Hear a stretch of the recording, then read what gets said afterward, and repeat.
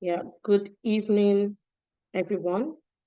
You're welcome to this session of your Introduction to Cybersecurity class. And tonight, I'm just going to introduce myself briefly. I know some of you have met me already, and my name is Patricia Emmanuel. I have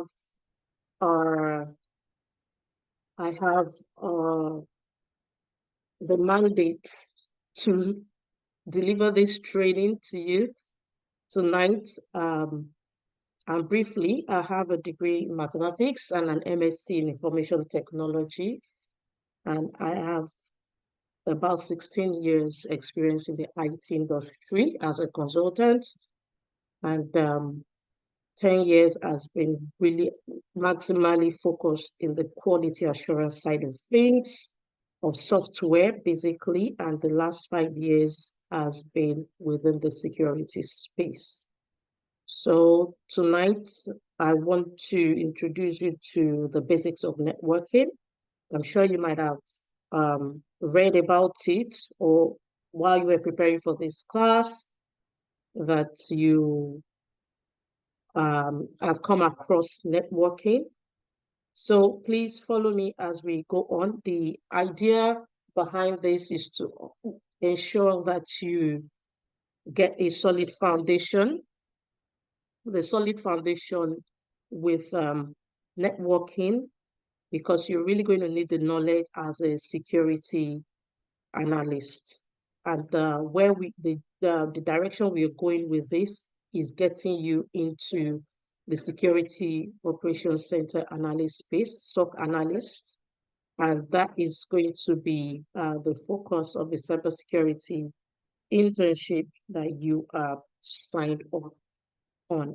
And of course, you would also be able to use this as a software tester.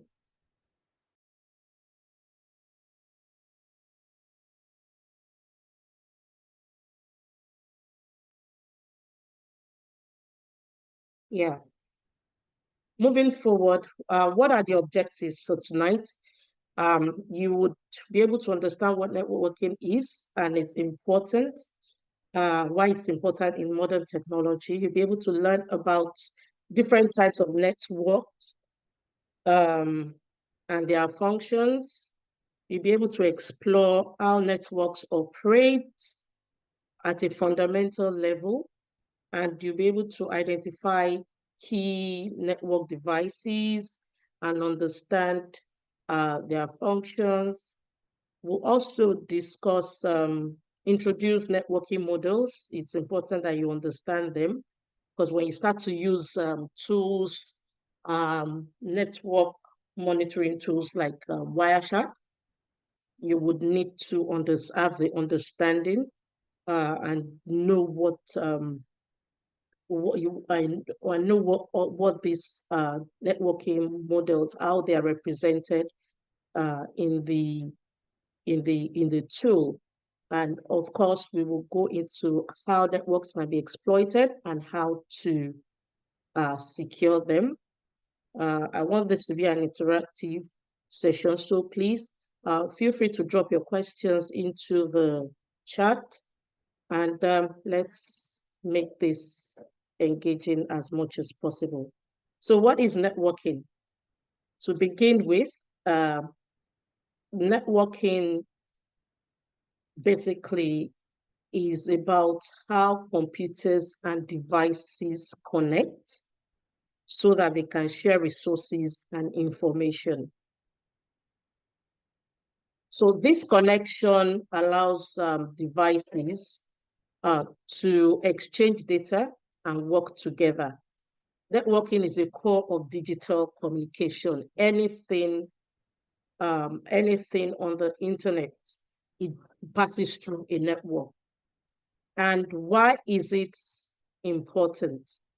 Why is networking important? It's crucial because it enables communication and data sharing on a global scale. So that is why I can send a message from here to somebody in China. They can receive my message via email. I can send a WhatsApp message to a number in Canada, and they can receive my message. Everything passes through a network. And truly, without networking, we wouldn't have the internet. We wouldn't have online. We wouldn't have the internet, online communication, or the ability to access information so easily. So it's the backbone. I said there, it forms a backbone of modern technology.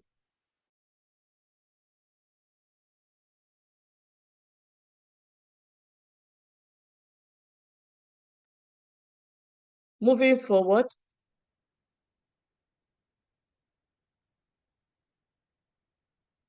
I would like to ask, can anyone give an example where they have used networking in their daily life? Where have you used networking in your daily life? Sending emails.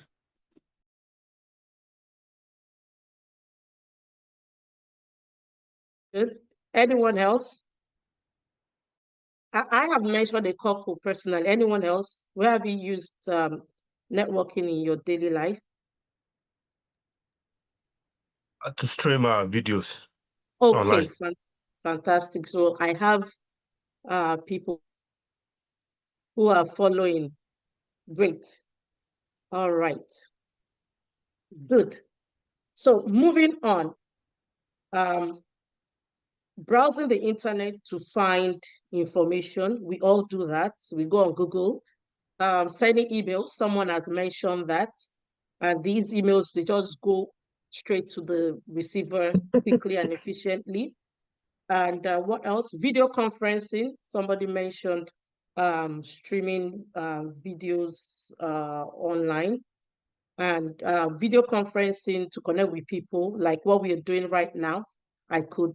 You could see my face if you had the, because I quickly opened up my camera now, you could see my face. And of course, online gaming.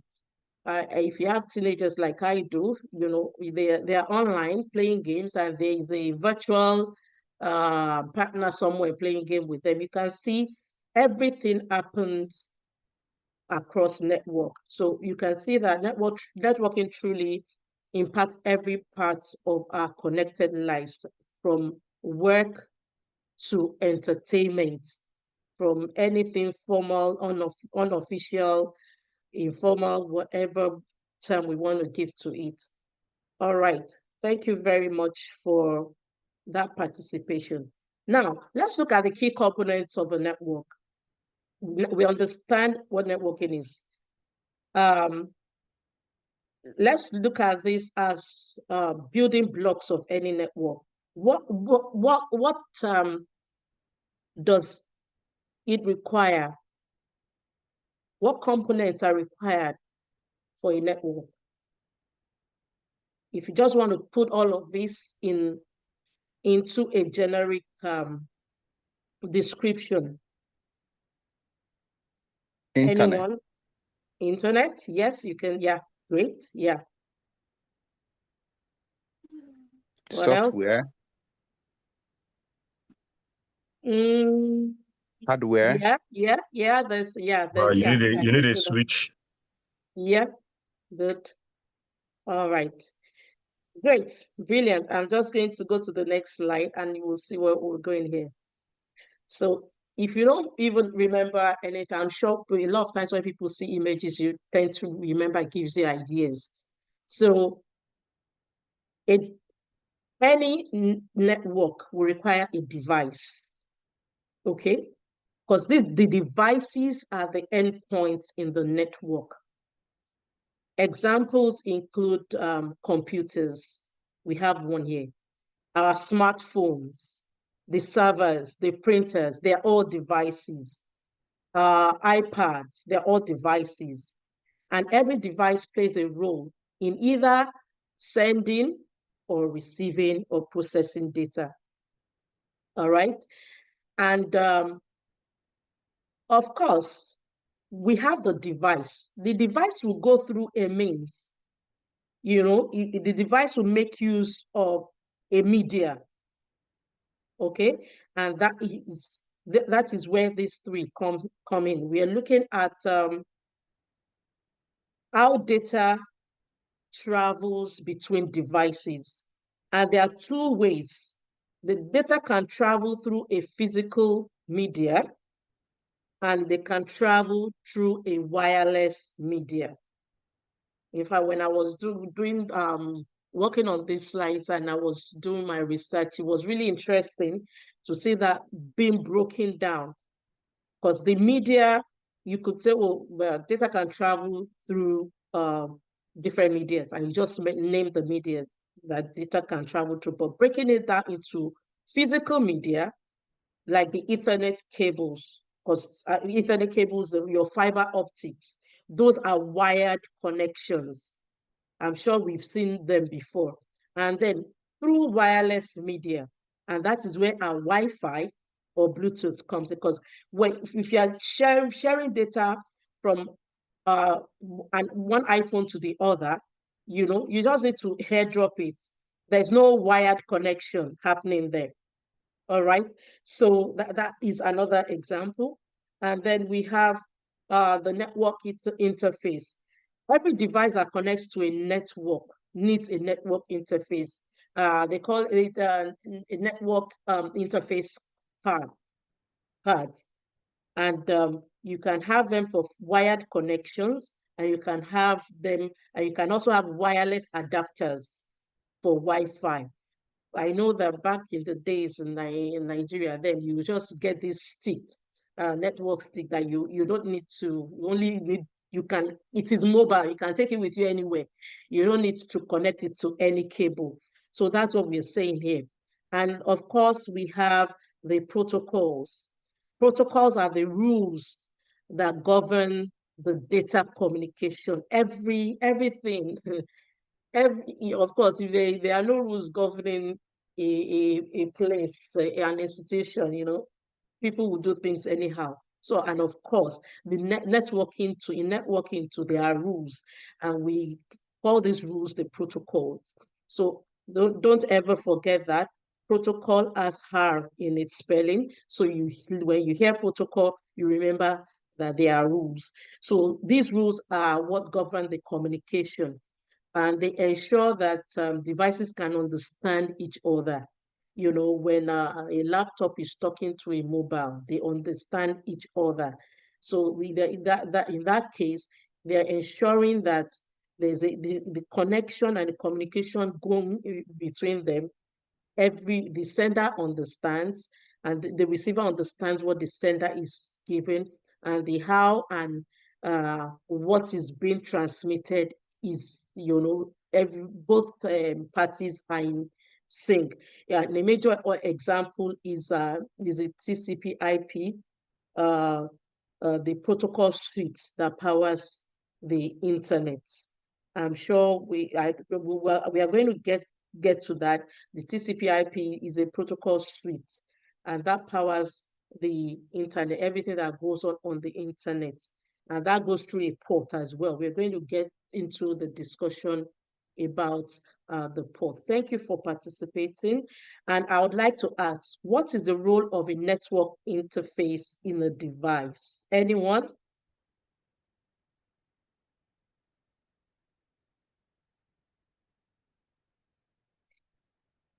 Anyone? Okay, somebody put in anything in the chat. Okay, Moses says sharing of files. Sharing of files. Okay. Yeah, I said sharing of information with other devices. Okay. Yeah, okay. I would accept sharing of information. Of course, you need to connect that. You need to make use of the network interface to allow the devices to connect to a network. So the interface is there as a connector. Okay. So, and it can be it would allow that connection to happen, whether it is through a wired or wireless connection. All right. Thank you for that. Yeah. Moving forward, let's look at the different types of networks. Okay, so these categories here are based on the size of the network and the purpose that it serves. We have the local area network. I'm sure we've heard about the LAN. Well, apologies if this is the first time you are hearing all of these terms, but the LAN is really popular. A LAN covers a small specific area. Yeah, I said that, a small geographic area. It could be an office, a school, your home, where you are right now. Okay, it is the LAN that is being used there. So it allows devices within this limited range to share resources easily. You know, somebody is upstairs, I'm downstairs, everything within the home. It is the LAN. The LAN covers that.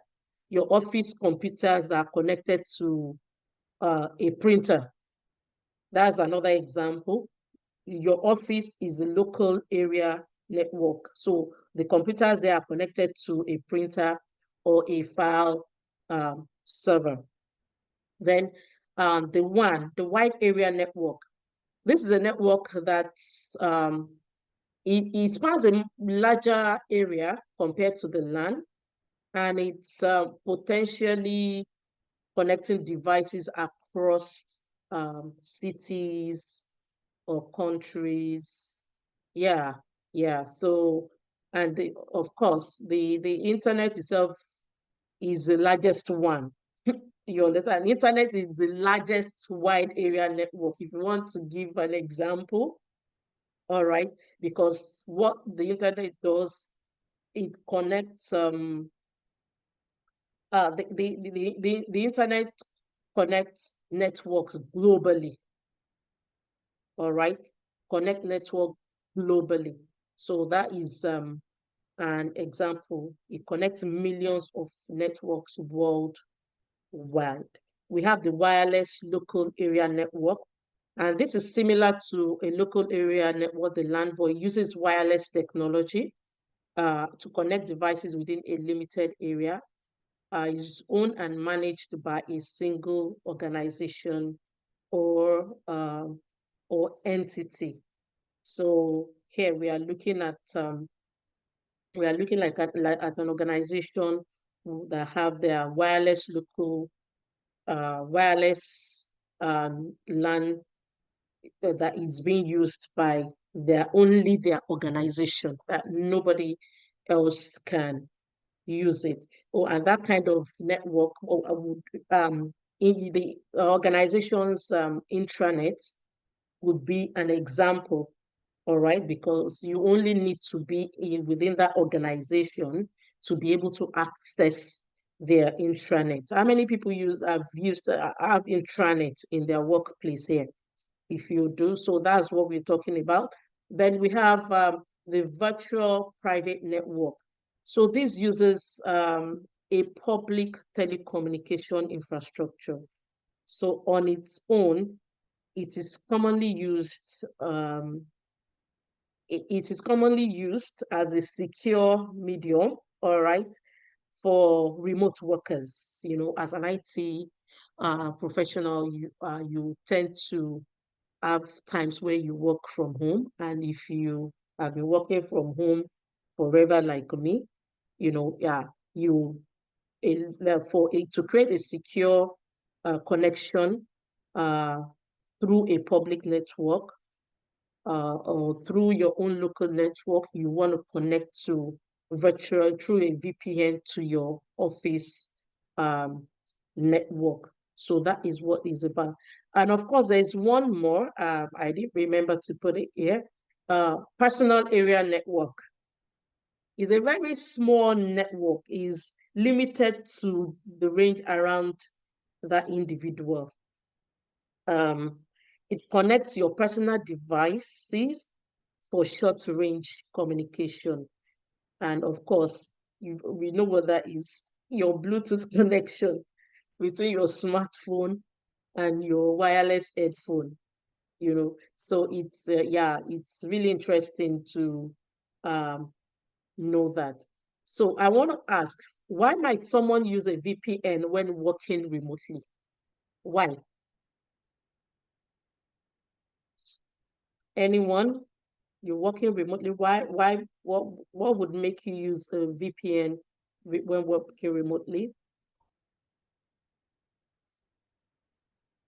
Anyone? Anyone? Anyone?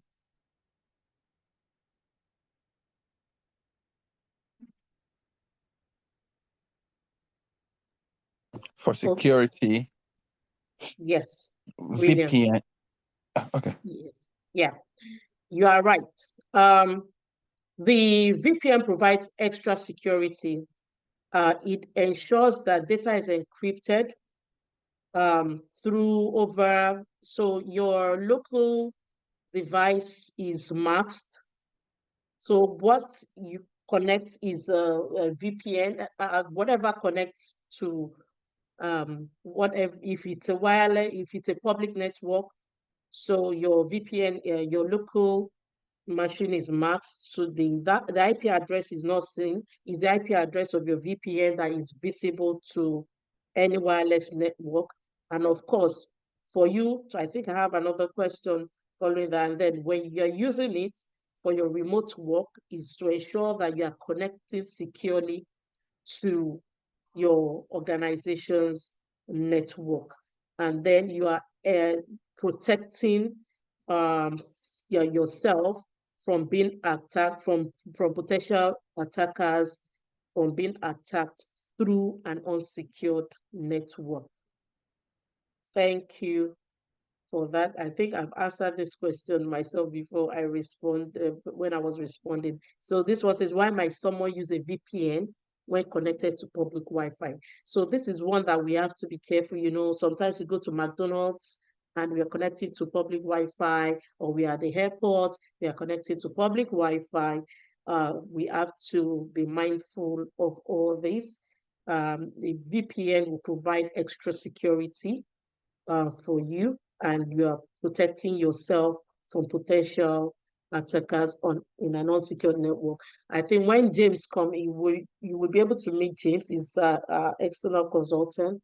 During when we start to have more of an hands-on session.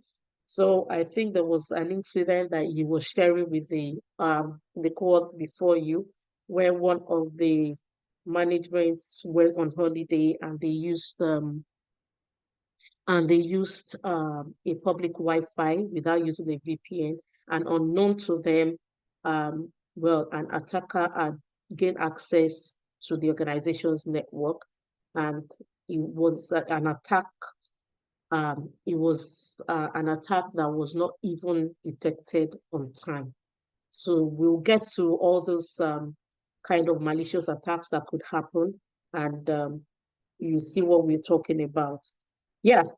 Now let's explore the network devices that make up a network. We have, of course, every device plays a unique role on how data, how information flows, and how they stay secured. Every information plays a unique role. And look at the hub, for example. The hub connects multiple devices in a network.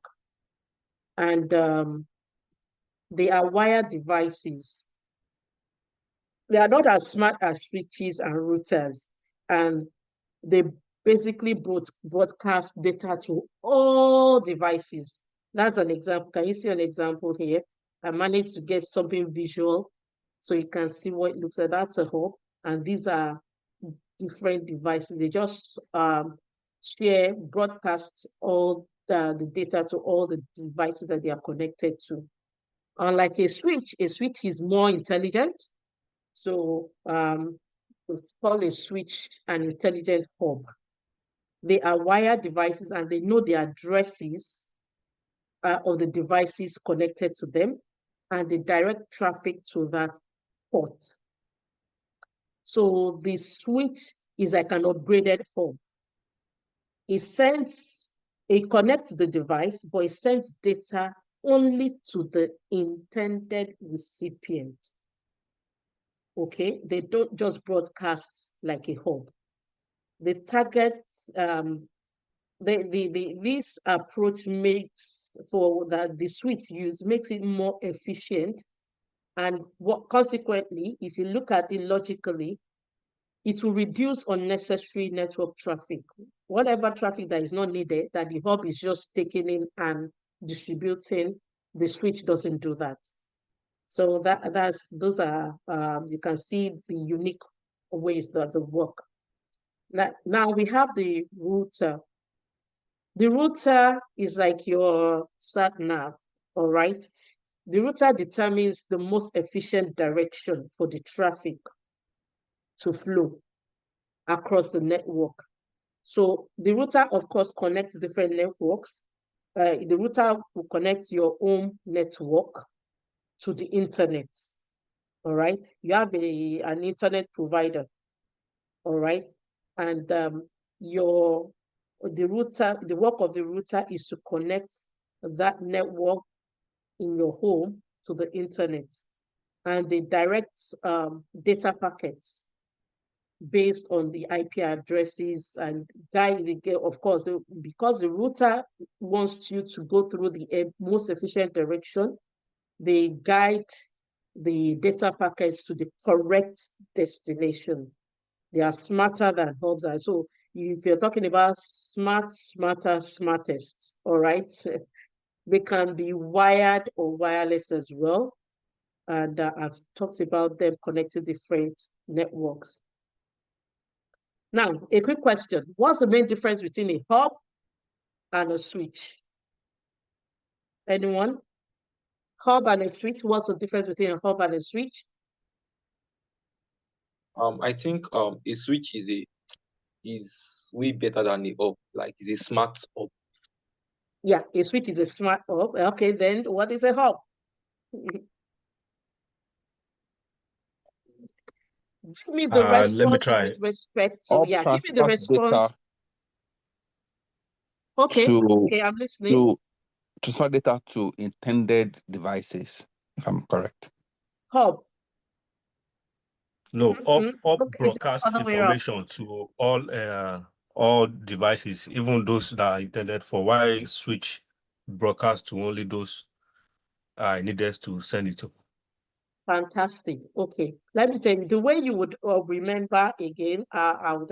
When you say hub, remember all devices. Okay, hub, all devices, as long as it's connected to them. And when you switch, that I there reminds me that to intended devices. All right. Okay. And the switch is an intelligent hub, of course, and it sends data only to the intended device and is more efficient. Thank you for that. Good. I'm glad everyone is following. And of course, we have the server. We are not stopping at that 3. So what is a server? Your server is a computer system or a software program that provides services. It provides services, it provides resources or data to other computers or devices on a network. Now, when you start to join the cloud training, you will understand how your server can be a software program. You understand it more. So I would say if you were not in the first class, go back and watch the replay of that class over so you have a better understanding. I'm sure you've heard about software that provides services, platforms that provide services, resources, or data. So that is where you would get that understanding from what your server can be or can do. And of course, we have an endpoint.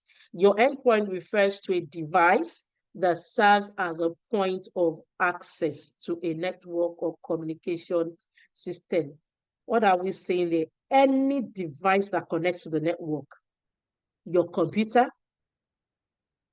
is an endpoint, your smartphone, even anything Internet of Things devices, like the smart home appliances, anything Internet of Things is an endpoint. And that is mostly where the entry point is for most attacks, most malicious attacks from the bad actors. And of course, we have Ethernet. This is a widely used standard for wired local areas. So the Ethernet is a technology that is used for wired networks. We saw an example earlier, I think on the second slide or so, when I was trying to explain the components of a network. And so that covers the LAN and of course, any metropolitan area network. That's called the MAN, and it defines the physical and data link layer of the OSI model for network communication. We're going to get to the layers within the OSI model. So yeah, we are going somewhere here with all this. So this is us laying the foundation. And of course, we've heard of firewalls. How many of us have seen? Have you heard of firewalls? So for a firewall is a security device, is a security tool. Okay. What the firewall does is that it monitors the traffic and it controls any incoming and outgoing network traffic. Like it filters, is able to identify any traffic that is not permitted in a network based on a set of rules. And these rules have to be defined. It has to be defined. If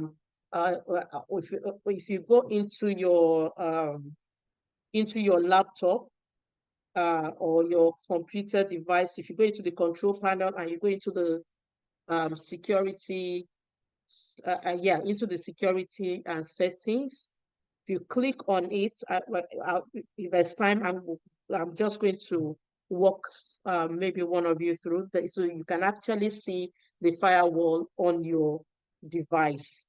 So the same way within a network, we have firewalls in a device. We have firewalls in the network as a device in the network. All right. Okay. Let's explore network protocols. So what is a network protocol? It's an established set of rules that determine how data is transmitted between different devices in the same network. Please note that how data is being transmitted. You know, we talked earlier, I mentioned TCP IP protocol, all right? So, and of course, it allows connected devices.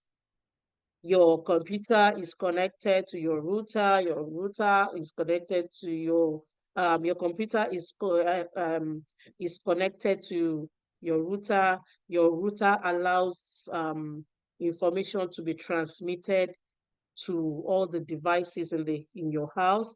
So it's a protocol. The TCP/IP is a protocol that allows anything to go on the internet.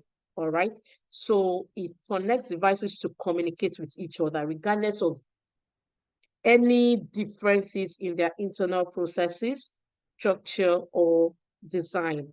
And of course, we have these examples here. This TCP/IP is in full is a transmission control protocol. So it controls the how, it controls how data is transmitted, and it's also called the Internet Protocol. And of course, it's the core protocol for these core protocols for internet communication. Anything internet communication, just remember TCP IP protocols, okay? And we also have the HTTP and HTTPS protocols. They are used, these are protocols for accessing websites, all right? So we have websites on the internet and we have other things that we want to, other resources that we want to engage on the internet. You know, we want to use apps, we want to use emails, we want to transfer files, all right? Okay, I hope I'm making sense. And then we also have the DNS. That's the domain name system. Okay. What the DNS does is to translate our www.patemmanuel.com into an IP address. All right, www.wale.com into an IP address. And if this DNS didn't exist, all of us will always just have to remember the domain name by their IP addresses. Come on, tell me, how many numbers do we want to put in our memories? All right. So that's what the domain name system does. We have the FTP. I mentioned that. I said we have different protocols. This one transfer files between client and server. I remember back in the days when I was working in the bank, I mean, just before 4 p.m. every day, any kind of transfer, some international payments that happens on the day before 4 p.m., I have to send it through the FTP server. I have to send it through the FTP server because it gets processed in Ghana. Okay, gets processed in Ghana, and Ghana does their bits. Some they goes to Chennai in India, they do their bit, and then by the following morning, I'm getting some sort of confirmation back. You know, so these are network protocols that you also need to know about. And of course, I would ask the question, so what protocol is typically used for secure web traffic and what port does it use? TCP and 443. Okay, I will take I would take the TCP. I would take the 443, but I'm looking for Oh, a sorry, particular. HTTPS. Yeah, yes, I'm sure you understand what I'm saying. Yeah, I'm looking for the protocol that is used on the web.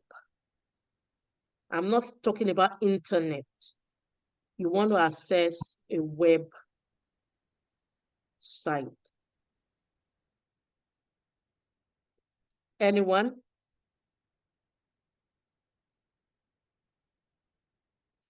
Okay. All right. HTTP or HTTPS? Okay, which one is used for secure? Both are used for web. HTTPS. Yeah, which one is secure? HTTPS. All right. And what port does it use? 443. All right. Brilliant. So I was looking out for that. Thank you for that. Good. All right. Let's look at ports and protocols so that we know the difference. Okay. Now, yeah, I think we've still got time, 9:30. All right. The ports have got numerical addresses on the device. And they are used to direct traffic to a specific application or services. That's a port. And the protocols, what do? They are the defined rules, protocols. You know, like I'm sure we've been to occasions or events where they say we have protocol officer, you know. So they ensure that you are obeying the rules. So the protocols have the defined rules and standards for transmitting data between devices. And an example is a TCP/IP protocol. Okay? And we mentioned earlier when I asked about what protocol, what port number ensures secure traffic in the web. And you said HTTP as HTTP. I said secure. So what makes the difference is the secure. The moment you say secure, we are talking about HTTPS. HTTP is for standard web traffic, which is open, is like this, any web that use this website traffic that use this way, is just say, welcome, come and attack me, because this is not a secure port. So the port is linked to, the port is a numerical, address. The port is a numerical address. All right. And we have port 80 for HTTP, 443 for HTTPS for secure and encrypted web traffic. So even HTTP and HTTPS, they are protocols, they still engage the TCP/IP protocol, because the TCP/IP protocol controls everything on the internet. So, well, in my understanding, when I'm trying to teach this or break it down, this for me is like the superset of this, because this engages what this wants to provide. All right, good. Then to clarify the differences, ports specify where the data should go, because there's an address. Okay, and the protocols specify how the data should be handled. All right. Okay, let's see, do we have any question? Okay, I didn't put any question here for you. All right, brilliant. So we'll move on to learn about why network security is important. And to understand the why, we actually need to know how networks operate. I'll go through this quickly so that we can move on for those who have other classes. So I'll focus on how networks operate right now, and just please, let's pay attention. Of course, when you hear the question, how network operates, remember data transmission and address. There's a transmission of information, and addresses are required. Okay, so what is a data packet? Imagine if you have a big puzzle, like somebody gave you a gift and it's a puzzle. Instead of sending it all at once, instead of,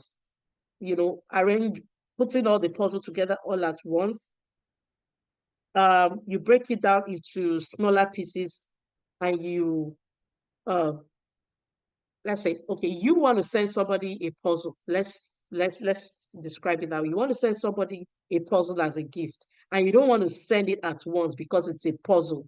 So you break it down into smaller pieces, and you start to send them each puzzle pieces separately. Of course, you actually want them to work hard. That's why you're not sending that box of puzzles at one go. So they are looking forward to receiving the puzzle pieces from you.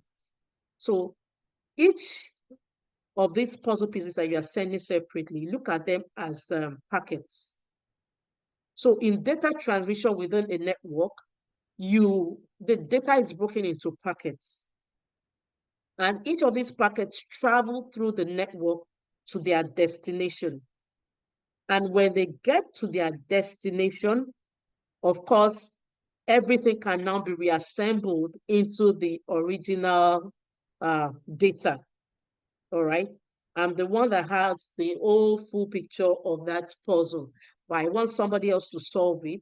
So I'm sending it to them in pieces. So that's how the data transmission works in a network. They travel in packets. All right. Data transmission in the network travel in packets. And then we have when they're traveling, we look at each packet travels independently, all right, and it will go to the destination that is being sent into.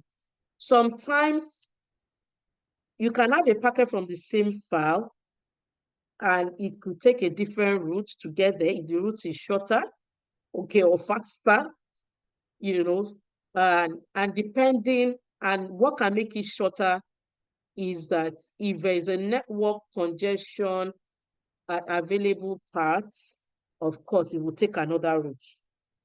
So there is flexibility in the routing, and it helps the data to get delivered, even when there is traffic, you know, there's congestion or traffic is not available, it still goes through other routes. So that happens within networks when data is being transmitted. Then the final one is a reassembling. So when these packets reach their destination, they are reassembled back into the original form, into the whole puzzle, that piece, that has been broken down. And the reassembling process ensures that the pieces, when they arrive, they fit together correctly. Of course, if you've done puzzle, you have to ensure that they need to fit together correctly. So when you put it back, you get the whole picture of the original data or message. I hope I've done justice to that explanation. So then the addressing part of it is that when the data are being transmitted, they are going to a destination, and that destination needs to have an address, like an IP address. So these are the logical addresses that the packets understand, okay, to go to. They help data reach the correct network device, because every device has an IP address, of course, and this is what an IP address looks like, the octet. So this is 192.168.1.1. All right. So, and we also have MAC address. Every device has a unique MAC address. Any physical hardware has a unique MAC address. So within the network, when there is a transmission of data going on, the MAC address helps it to identify the device that is going into within a local network. And MAC address usually have something looking like this that you can see on my screen. I want to ask a question. Why are IP addresses important in networking? Do we have answers in the... Yeah, you can drop your answers in the chat, or you can unmute and speak. Why are IP addresses important in networking? I think it's IP address is important for networking, because that is how each computer know each other. Like, for instance, if a computer wants to communicate, the only way they identify themselves on the internet is through their IP address. Good. Fantastic. Thank you for that response. Does anyone else want to say any other thing?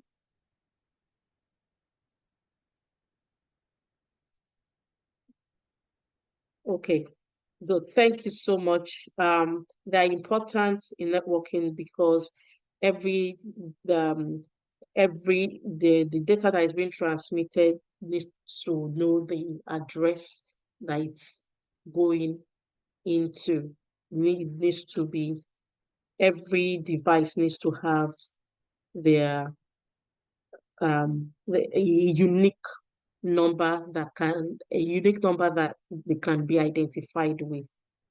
Yes, quickly we go into the OSI model. If you've seen this before, fantastic. If you're seeing it for the first time, there's nothing complex or complicated about it. I'm just going to explain this briefly.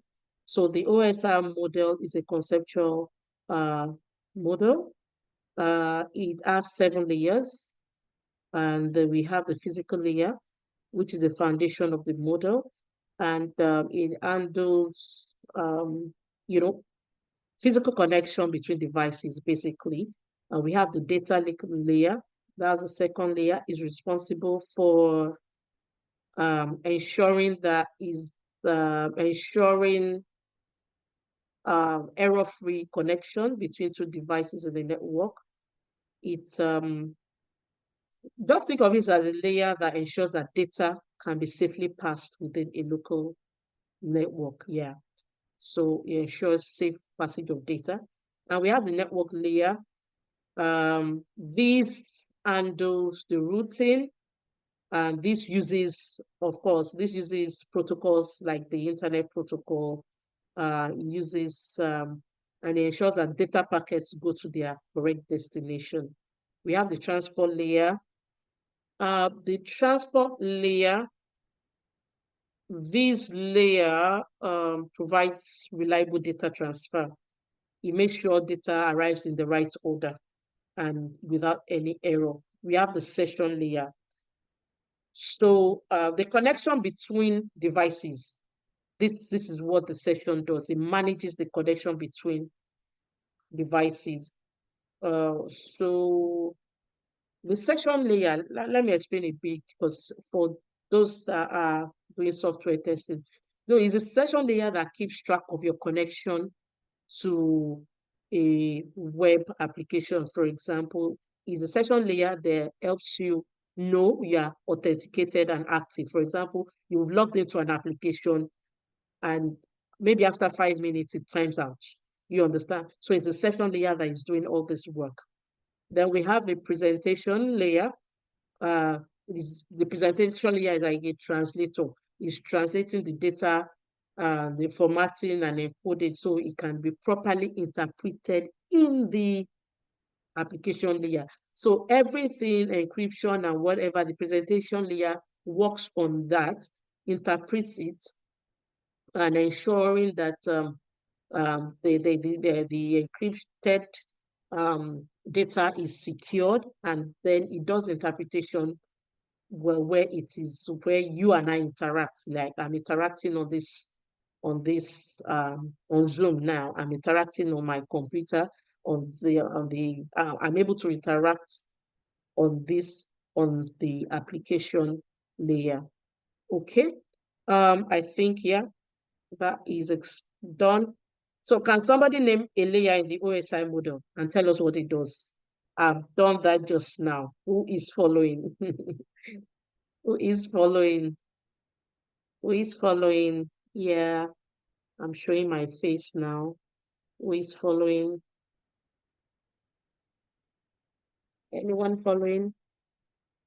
Mr. Moses just gave us an idea how to cram the whole 7 layers. Fantastic. I love this class. So Please do not throw my is, pizza away.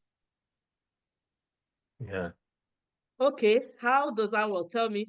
Presentation layer. Physical layer. Presentation, then data layer. network.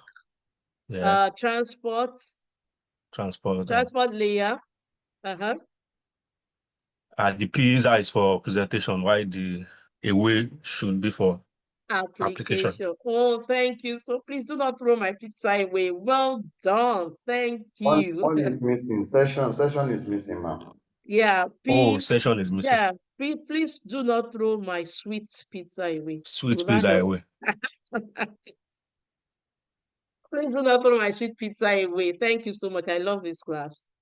Please do not throw my sweet pizza away. That's the 7 layers of the OSR model. And what can somebody just tell us what one of those layers does? Which one jumps at you easily? Because these are interview questions as well. You could get, a question or two.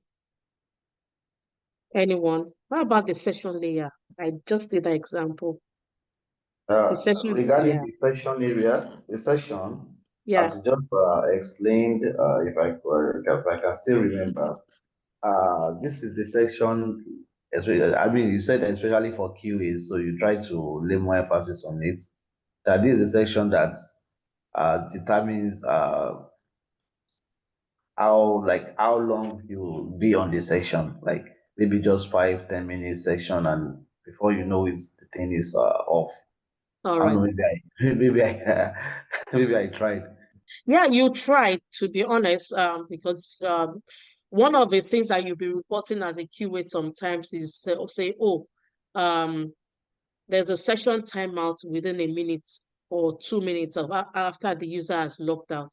And depending on the kind of application you're building, would that be a safe requirement, or would that be a good user experience? You understand? So is the session layer that works on that side of things. But of course, you are seeing the website on the application layer. Do you understand? Yeah. All right. Brilliant. I think the number has increased now. I thought some people wanted to go for the QA, so I'm sure you can meet them in the class. They would record earlier, but it would be good that we finish this, because I don't want us to keep moving the class on and on. So brilliant. Thank you for that. Let me quickly go to, yeah, I wanted to show you this. I picked this up from imperva.com. So these are the 7 layers of the OSI model. You have the physical layer, data link layer, network layer, and this just briefly explains everything. Transmits raw bit stream over the physical medium. And of course, you can see the transport layer. Yeah, I didn't talk about the TCP and the UDP. One transmits, one does the streaming of video, and one does for audio transmission, and it does it quicker than the other. Then we have, the session layer maintains connection and is responsible for controlling ports and session. So I said it's responsible for controlling the sessions that you experience when you log in as a user on the application, at the application layer, and you're wondering how long it takes the application to stay before it times out. Okay, yeah. Now we have the TCP IP model. Of course, TCP/IP is a protocol, of course, but this is the internet model. And this is the modern day model that is just global and widely used. And we have 4 layers here. We have the network access layer, we have the internet layer, we have the transport layer, and we have the application layer. Let's take a look at this. Can you see how the OSI model and the TCP/IP model, can you see how they have been aligned together? Does anyone have any any mnemonic for us here? The first one is, please don't throw my sweet pizza away. So what would you put in for this one? Right. So as you can see, the network access layer. So this is the lowest layer of the TCP/IP model, and is responsible for the actual physical connection. You know, when we were talking about the physical layer, we say it was responsible for the physical connection. But don't forget that this network access layer now it now takes into consideration the data link layer as well. So it includes both both the hardware and the protocols that handle data at the link level. So excuse me. So that is what we have here. Then we have the internet layer, is responsible for routing data packets across the different networks. The internet layer, and that is your network layer on the OSI model. It is the internet layer on the TCP IP model. So no matter where you are in the world, your information can travel from your device to another device. Is the internet protocol that allows that. It assigns addresses to devices and helps to move the packets to the correct destination. And the transport layer still does the same work. All right. And we also have the application layer that is taking into consideration everything, all the first three, the top three. And the way to remember the top three at the OSI model is the application layer for TCP IP model. And look at the protocol suites that it engages. See, HTTP, SMTP, Telnet, FTP, DNS, RIP, SNMP, and there are more. They all have their port numbers. Of course, they all have their port numbers. Every single, sorry, what have I done here? 1 second. Yeah. So every of these protocols suite have their port numbers. And yeah, did I put a question in for you? Yeah. How many layers are the TCP IP model? Can you name them?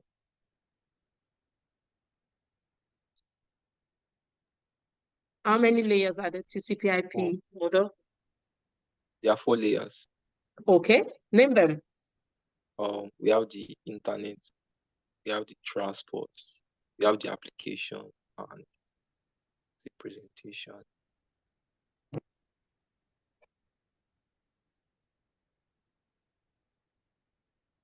Okay. Let's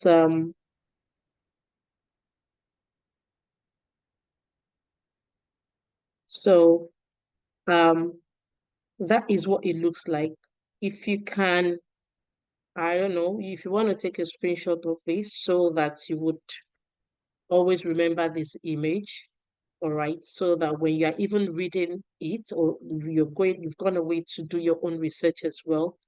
I just found that for me, this was like the best image. I felt, yeah, I need to take this image and share it. Yeah, so that is that's it for these models. Of course, you can always read up about them. I'll do a quick recap here. I think the time is fast spent. I don't want to keep you for longer, so you can go on into the next class. So, what have we talked about? We've talked about networking as a connection for devices, for data resource sharing. We've talked about the types of network. We've talked about the OSI models. We've talked about OSI model and the TCP/IP model. Understanding how data flows. Of course, data is information here. We've talked about common protocols. We've talked about ports and protocols as well. We've talked about port numbers, and we also went into how the network operates. I think what I'm hoping that you can, if you've watched the previous video and you're in this class now, it's not rocket science. I hope it's clearer to you, and we want you to be back for the next class. So what would you expect next session? We will go into, so we've covered this, how networks operate. We'll go into how networks can be exploited. Now, we are now looking into network security, because we need to understand that, and then how to secure them. And of course, I'm hoping that the time will be enough for us so that we can go into the Wireshark tool. Is an open source tool and we can explore network. We can see network packets in action. All right. We can see network packets in action, and everything will start making sense to us. Then if we can touch on what to on the web application as well. What should you consider from a security mindset point of view? So you are not just a tester or a QA who's just clicking and confirming if a button works, if a validation is showing, if the acceptance criteria is met for functional requirements, but also for security requirements. And yeah, we'll go into that, and I will just end the class now. I hope this has been I hope this has been a good and informative class. Thank you. Any questions in the chat? Do we have any question in the chat? Or do we have any question generally from what has been taught tonight?